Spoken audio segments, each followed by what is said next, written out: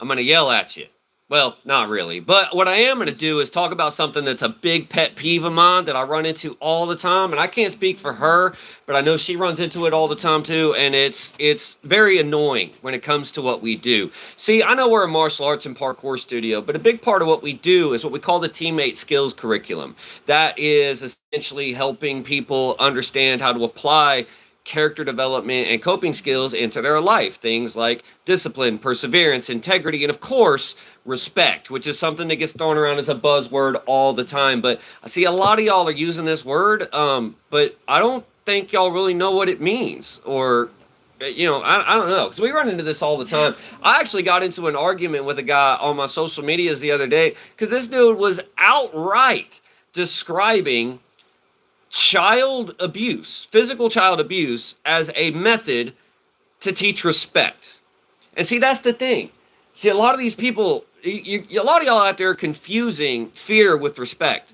Fear and respect are two completely different things. And I'm going to tell you later in this video exactly why using fear to modify the behavior of your children is not only ineffective, but absolutely will backfire on you. Because we've been studying this since the 1960s. There is no excuse for us as adults and parents and otherwise to not understand this concept. So I am going to spell it out in this video. But before I do, let's start with the definitions, right? See, a lot of people want to intimidate somebody or put down somebody or be mean to somebody and then say, well, I need to teach them to respect me. No, you want to teach them to fear you. Let's be honest about what you're really doing. You're not trying to get their respect. You're trying to get their fear.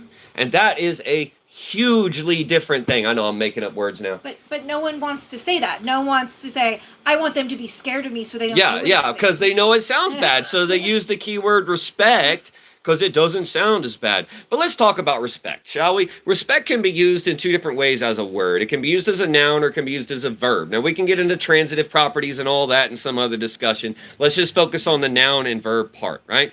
The most common definition of respect in use as a noun is essentially a feeling of admiration for somebody's achievements or character or abilities or something like that, or it can be for an object as well. So what we mean by that is, like, I don't have to like my opponent as a person. I don't have to love them as a person. I can hate the guy that's my opponent and still have an admiration for his ability to fight, right? So I can still have respect for someone's fight ability and not like them at all. Same way as I can have respect for someone's honesty, but that doesn't mean that I care about them as a person or that I like them as a person or anything like that. And this definition of respect, what's up, Roman? This definition of respect always annoys me because I've met my idols before. Yeah, it's good to see you, Roman, Jen Clips. So I've met some of my idols before, and I'm here to tell you it's not as cool as, like, you think it's going to be, you know? I remember meeting one of my idols only for them to try to spend an hour telling me how to run my business and telling me that if I didn't follow their way of doing things, that I was going to be a failure. I wish I'd have never met them. Right? I looked up to this person, right? So when I talk about modeling your behavior off of a role model, I tell my students not to use real people. I tell them to use a fictional character or a character that they come up with in their head. So when we're talking about respect, we could be talking about admiration for someone's abilities or achievements, but let's get to the next definition, because we could also be talking about showing consideration for other people's feelings, rights, or property. So for example, a lot of people talk about respecting the law. So that's a consideration for the law. Respecting other people is a politeness or consideration for their rights, their feelings, or their property. So that having respect for someone's stuff is an understanding that I don't want someone to break my stuff, so I'm not going to abuse or break someone else's stuff, right? Guys, that's also respect. See, a lot of people don't really fully understand what this means. Another use of the word respect as a noun is to be tolerant or accepting of differences in other people, as in, I might not like that person, but I respect the culture that they live by. I respect the culture they come by. I show empathy, but I do not show empathy. That's a complicated one, Frank. All right. Hey, man. And another way to use respect as a noun is for formal greetings. Now, if we're using respect as a verb, right, obviously we can go back into the first one of to admire something for someone for their quality or qualities or achievements. But the main reason I talk about respect and using it as a verb is to be cautious about something, right? So to respect someone else's privacy is to be cautious about protecting their privacy, for example, right? Or to try not to do anything wrong. So for example, if someone sets a boundary and you respect that boundary, that's you trying not to cross someone else's boundary, right? That is all the base definitions of respect. So we're starting there. I'm thinking about showing, okay, what? Oh my gosh, man. Oh, that sucks. Now, without knowing you personally, I'm just going to call you Cook. Without knowing you personally, I can't really give you any great advice, but that does sound like a crappy start to your year. That's awful. But without knowing any details about the situation or anything, I don't really have much advice other than understand that if you turn yourself into the bad guy or become the confrontational one, that can be used against you in court later. I just need you to understand that, right? Like, so if you're talking about your wife took the kids, whatever it is, I don't know what the reasons are. I don't know anything about you or your history, and I'm not going to make any assumptions. But I will say this, the more aggressive that you get and the more confrontational you get, the more that's going to get used against you in any further custody proceedings or anything like that. So it's absolutely in your best interest to try to stay. I know it's impossible to be emotionally level-headed, but like to try to stay as level-headed as you can in your actions, things like that. Plus, your kids see that. Like, your kids see you being aggressive. If you're aggressive, I understand you're emotional. That's fair. But your kids are going to see you being aggressive, and that's going to create a fear response. That's not gonna go well either. Now, Frank, to move on, empathy is your ability to experience something that someone else is experiencing. So if she is sad and I am talking to her, my ability to feel sadness with her would be empathy. Now, sympathy, on the other hand, would be if she's sad and I'm not, but I feel bad that she is sad, that is sympathy. So they're very close, similar to each other, but sympathy and empathy are just slightly different, right? Set physical boundaries, don't like people touching me. Oh yeah, no, that's cool. I do the same thing. I can't stand being touched, right? I don't like, and I'm in a fight sport, so I know that sounds weird, but I'm not a big fan of people touching me and stuff like that. I'm not a big fan of hugs and stuff. But that has back to my upbringing, you know. All right, so back to what we were talking about. A lot of people keep using the word respect, but they don't really know what it means, right? So now we've defined what respect means, both as a verb and as a noun, and we have found out that fear plays no factor. So when I talk about respect with kids, I always talk about, like, do you have to like a car to respect the damage it can do to you enough to check both ways before you cross the street? That type of thing, right? Or do you have to like somebody to admire that they have a great sidekick or a great footwork or something like that, right? Because it'd be a really bad idea for me to walk into a combat sport ring. It would be a really bad idea for me to walk into a combat sport ring without any consideration for the skills the other person has. That is probably the second fastest way to lose a fight. First fastest being to talk about it. If you're going to fight. Don't stand there and tell people what you're going to do. That's the fastest way to lose a fight. But that's beside the point, right? So now that we've defined respect, let's get into this conversation I had with somebody the other day. This person was describing straight out child abuse. Now, I'm not talking about like a little physical discipline, as in maybe a kid does something and the consequences for doing it was running laps or doing exercise or a light tap on the leg, stop that kind of thing. That's not what I'm talking about here. I'm talking about switches and coat hangers, and I'm talking about like beating kids into submission. This guy was describing beating kids into submission as a way to teach them common sense and respect. Now, first of all, common sense is another one of those words that people use often incorrectly, because the thing about common sense is, oh, what's up, Katie? The thing about common sense is that everybody's idea of common sense is different. I don't know if y'all guys realize this yet, but everybody's definition of common sense is different. So like to a contractor, certain things about building a project are common sense, but to someone who doesn't build projects like that, I was an automotive guy. The things that they see as common sense are not the things I see as common sense. The things I see as common sense are not the things they see as common sense. But back to what this guy was talking about. What he was really talking about is beating a child is to the point that they are so scared to be themselves and act around them that they do not break the rules. Now let's get into this a little bit, shall we? I said we've been studying this since the 60s, and clinical psychologists have, and I'm not kidding. We have. So one of the first studies that was done about it, and the one I like to talk about the most often, is this.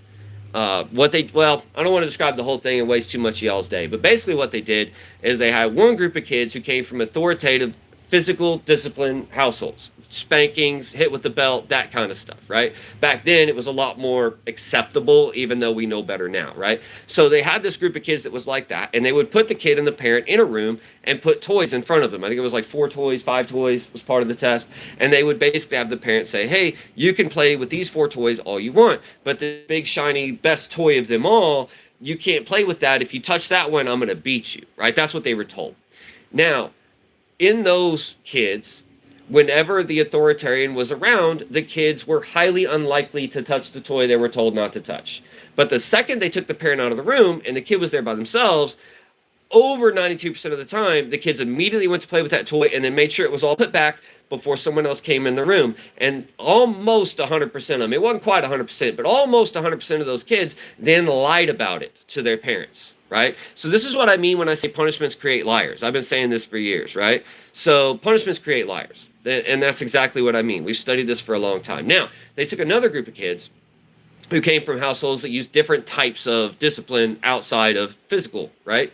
So in the second group, a lot of these parents told their kids, hey, you can play with these 4 toys, but please don't touch this one, because this one belongs to somebody else and we don't want anything to happen to it. We want to respect other people's stuff because we want people to respect our stuff.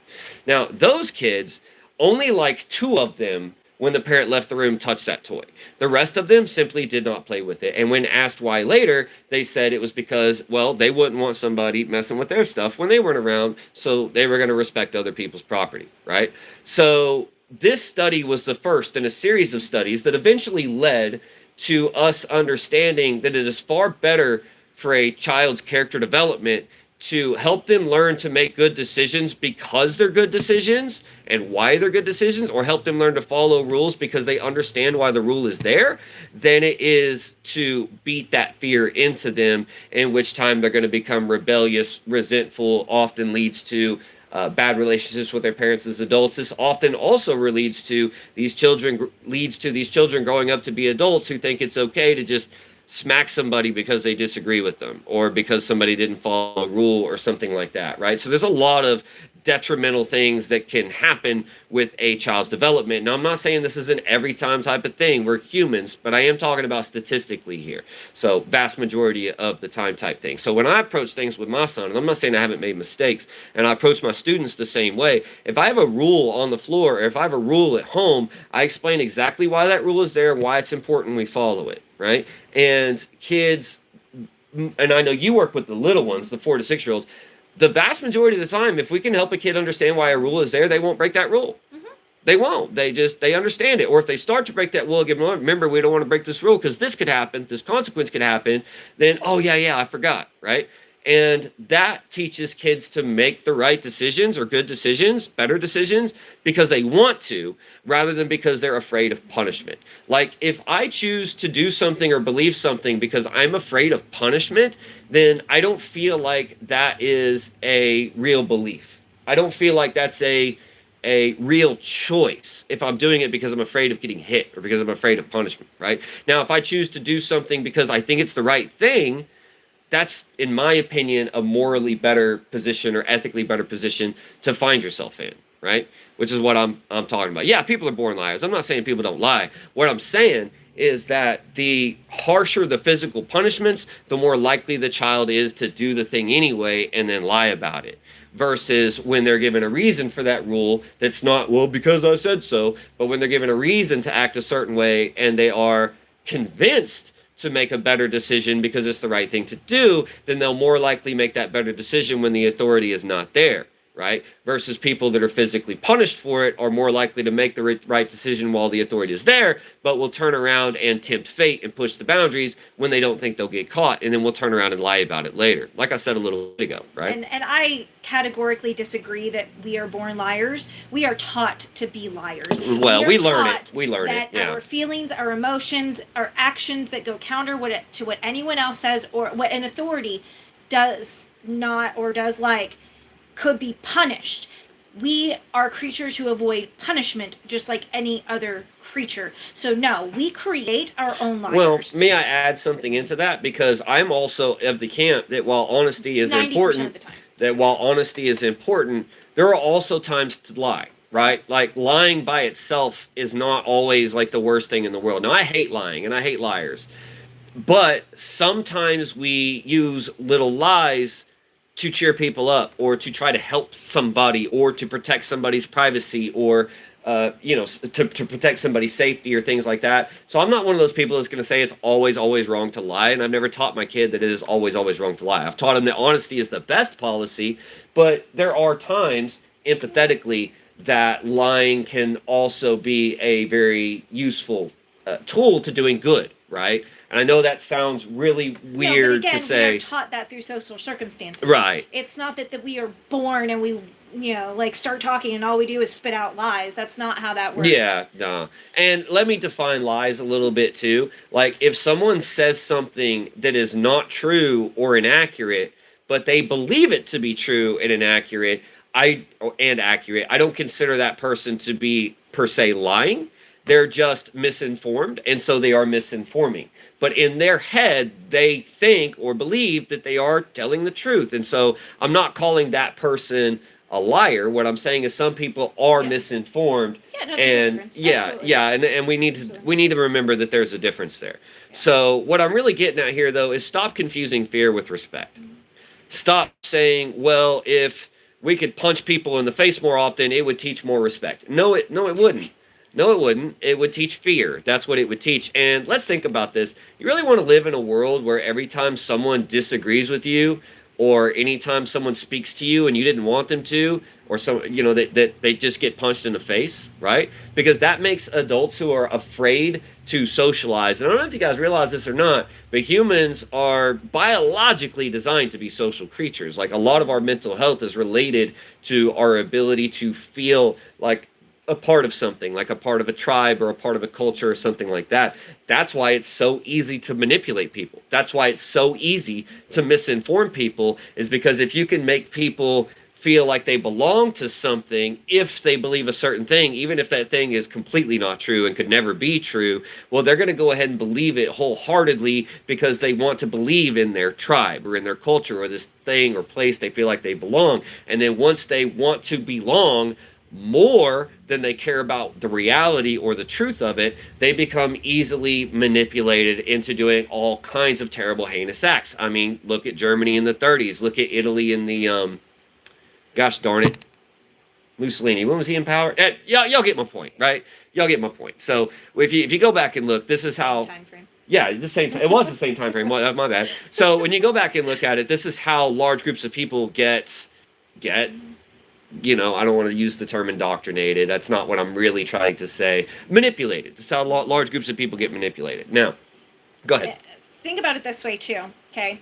Y'all want to walk around just being able to slap and punch and hit people whenever they say things that you don't like. But the first time you get punched in the face, you want to cry and call the cops. That actually happened to me once. Just saying.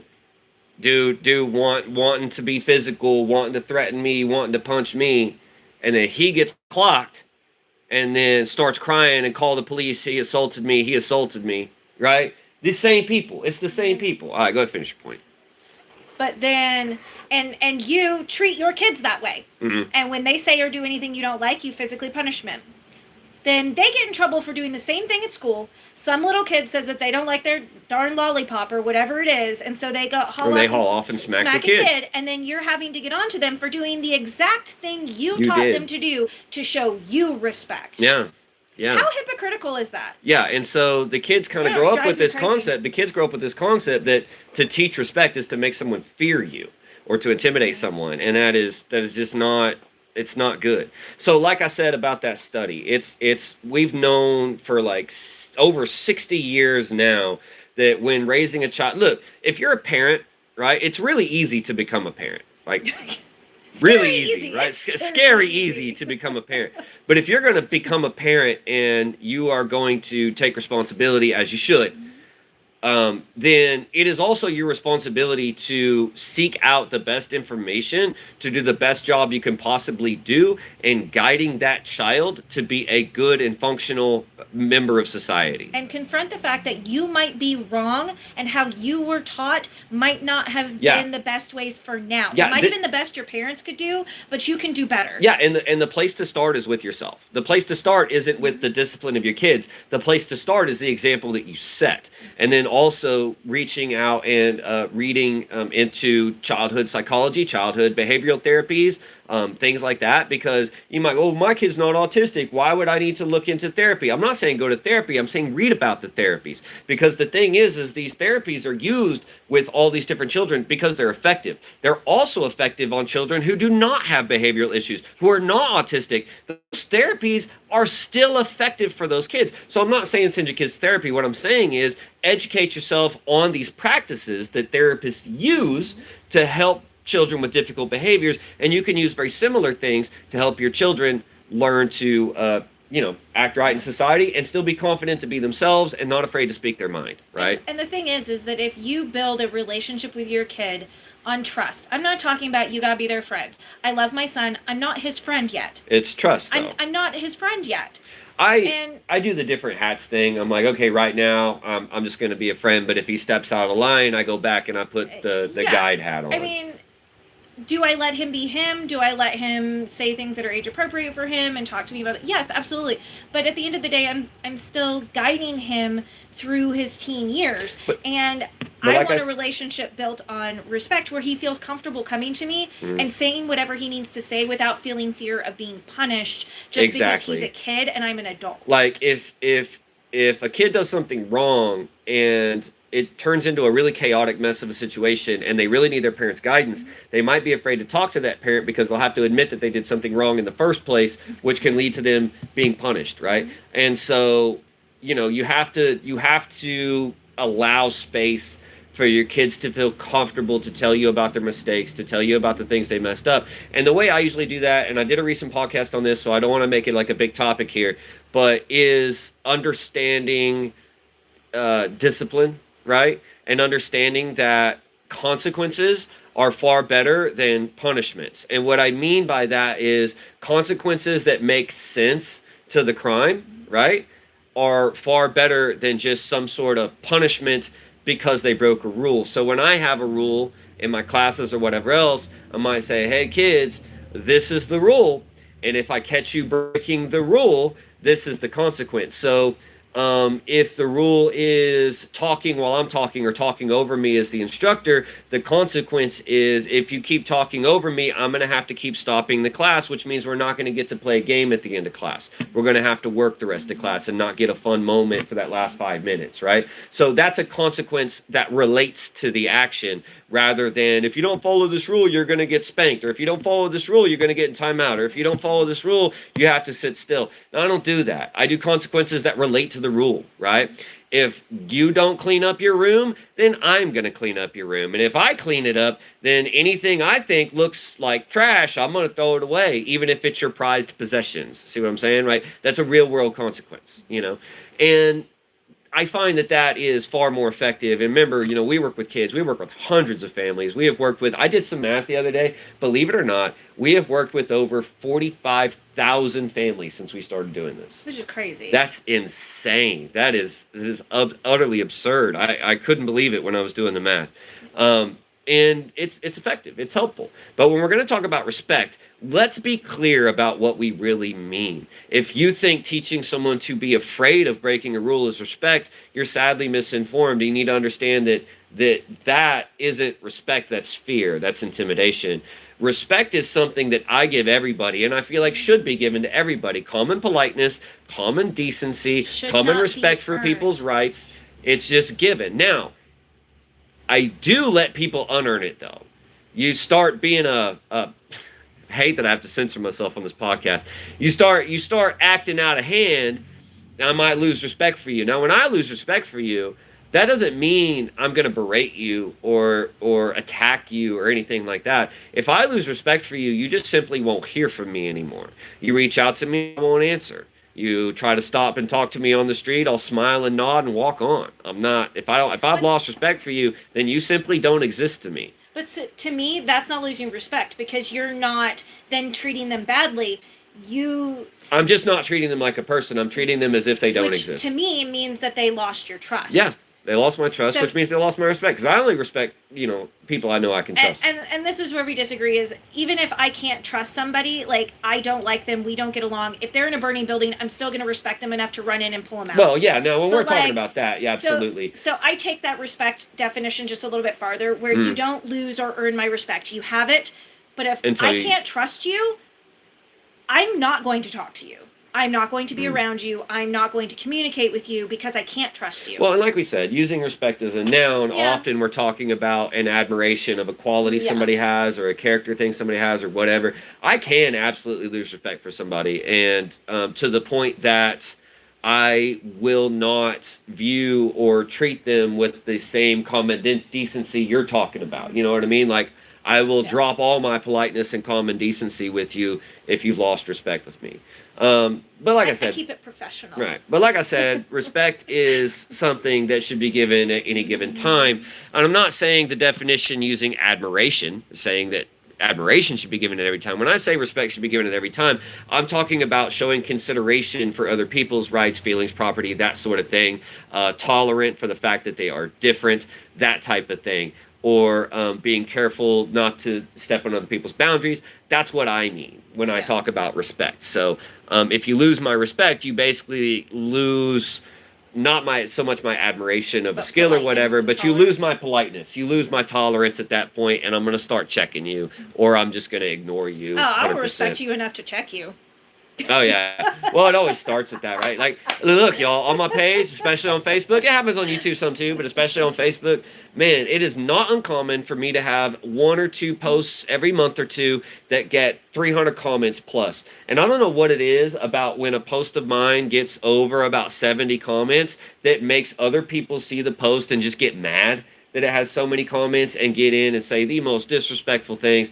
And I will politely check you one time. You do that, I'm going to check you one time. I might even write you an essay. I know that's weird, but it's kind of just something I do to explain my point of view. If you keep on and begin to become inappropriate, then you lose my respect. You lose your space on my comment feed. You're blocked, and I just pretend I go on about my life like you don't exist because I don't got no time for you, right? If you're not willing to have a reasonable discussion, right? You don't have to like someone to respect them enough to have a reasonable discussion without being violent or mean or angry. But we were mostly talking about parenting when it comes to respect. That was kind of what we were getting at.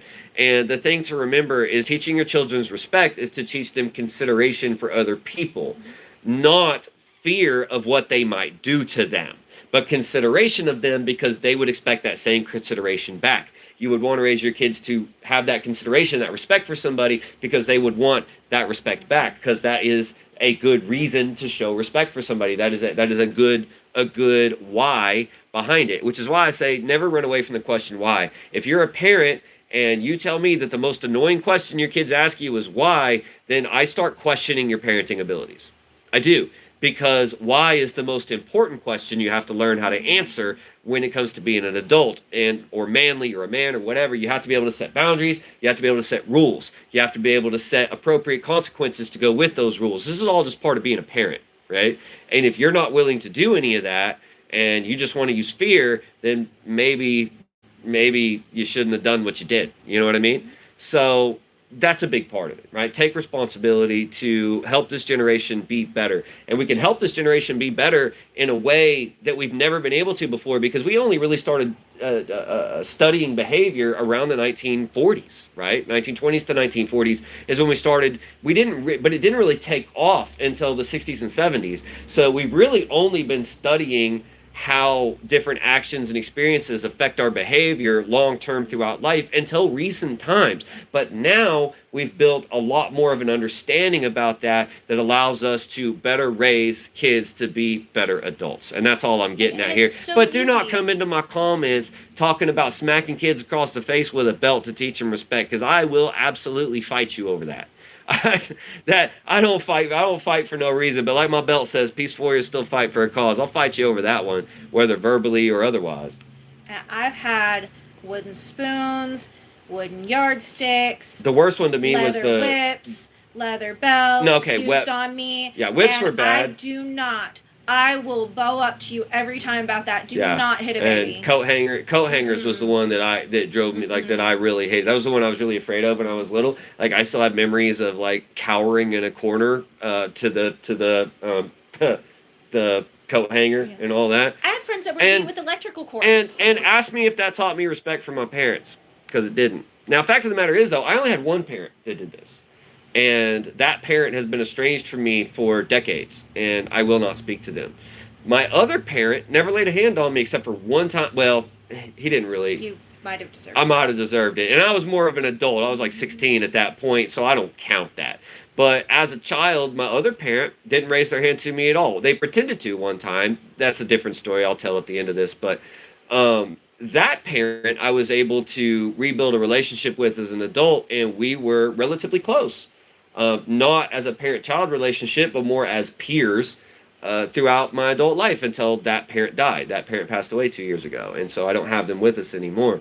The other one, though, used physical punishments, and it created a lot of resentment. Here's the other thing about physical punishments. Like I said, they don't always work. It'll work while you're there, but the second you leave, they're going to do the thing anyway. I did that, right? When I was a kid, I did that. But then I would get caught again eventually, right? Get caught again eventually. And then I would get beat worse. And then I get caught again eventually. And then I get beat worse. And it escalates. So when you start to realize that the spanking didn't work, you might move on to the belt. When you realize the belt's not working, you might move on to something more severe. Or what my parent did, it escalated all the way to them pulling a kitchen knife on me when I was 12 years old. See, the thing about it is that physical discipline, when you realize it's not working and the kids are lying and doing it behind your back anyway, you don't know what else to do. So you escalate the physical discipline. Then it happens again. You don't know what else to do. So you escalate the physical discipline, which led to one of my parents pulling a knife on me at 12 years old. Did not turn out well for them. I left the house that day. That was the day that I walked out of that house and I never went back. I was 12 years old and I ended up with my other parent down the road who I hadn't seen in 6 years at that time. Now, the other parent, after that point, there was never any physical discipline. Now, there was one time before my parents split that my mom threatened a spanking to me and my brother, and I got scared, and my brother convinced me to run away when my dad got home. He ran too. Now, he gave in, the coward. We were like 9 and 6. But he gave in and eventually went back and took his whooping, right? And then it became all about me having to go in, and I was so scared. And I went in, and my dad takes me into a spare room and he sits me down and says, "What'd you do wrong? You know, this is why you shouldn't do that," stuff like that. And I broke down in tears. I was like, "I don't want to get hit." I remember my dad chuckling and going, "I wasn't going to hit you. I'm not going to smack you." I was like, "But I was going to get a spanking, Mom said." And he goes, "Oh," he's like, "all I need you to do is just sit there real quick." And he starts clapping his hands. "I told you not to do that. It'll happen again if you keep messing up." And then he smiled at me, gave me a thumbs up, and sent me out the door. Like, it's a weird memory, but it's kind of a weirdly fond memory that I have. Because it kind of felt like my dad standing up for me. And it was the only time in my life I really remember my father standing up for me. That was my one issue with him. Anyway, I got into a personal story. But also, the sad part of that is that why are you making your child wait hours and hours and hours for someone else to come home and physically discipline them? Mm-hmm. By then, they've forgotten why. It was because she couldn't catch us. No, but that's not the point. I know you remember. Yeah. But most kids become so disconnected from the event that by the time it comes back around, they're not actually, they might remember that thing happened, but they don't remember why they're getting in trouble and why this parent, who they haven't seen all day, who they should be excited to see, is now physically hurting them. Yeah, and it's it comes down to understanding appropriate. It puts the other parent in a really bad position. Mm-hmm. And it comes down to understanding appropriate consequences, appropriate punishments, if you will. But we've said everything we need to say on this subject. But it's one of my big pet peeves. So many people throw the word respect around without any real knowledge of what it means. Most people know to a certain extent it means to admire, but that's not really it. And that's only one of the definitions, is to admire someone for their characteristics or skills. One of the other definitions as a noun, like I said before, is simple politeness and human decency or consideration for someone else's feelings or privacy or property or something like that. That is also respect, right? So let's not confuse respect and fear anymore. Okay, especially. So until we see you guys again, be the best teammates you can be, and be the best at being you.